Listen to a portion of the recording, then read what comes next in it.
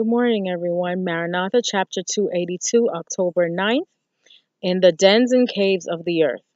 And they shall go into the holes of the rocks and into the caves of the earth for fear of the Lord, and for the glory of his majesty when he ariseth to shake terribly the earth. Isaiah 2:19. The hidden ones have been scattered because of man's enmity against the law of Jehovah. They have been oppressed by all the powers of the earth. They have been scattered in the dens and caves of the earth through the violence of their adversaries, because they are true and obedient to Jehovah's laws. But deliverance comes to the people of God. To their enemies, God will show himself a God of just retribution.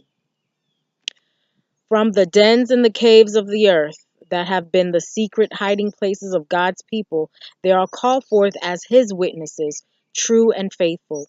The people who have braved out their rebellion will fulfill the description given in Revelation 6, verse 15 to 17.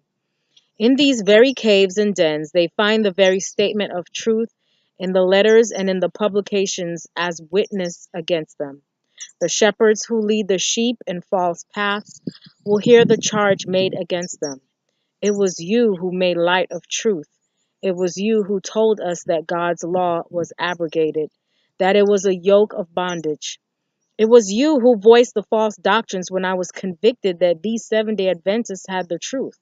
The blood of our souls is upon your priestly garments.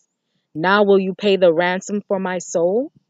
What shall we do who listen to your garbling of the scriptures and your turning into a lie the truth which, if obeyed, would have saved us? When Christ comes to take vengeance on those who have educated and trained the people to trample on God's Sabbath, to tear down his memorial and tread down with their feet the feed of his pastures, lamentations will be in vain. Those who trusted in the false shepherds had the word of God to search for themselves, and they find that God will judge every man who has had the truth and turned from the light because it involved self-denial and the cross.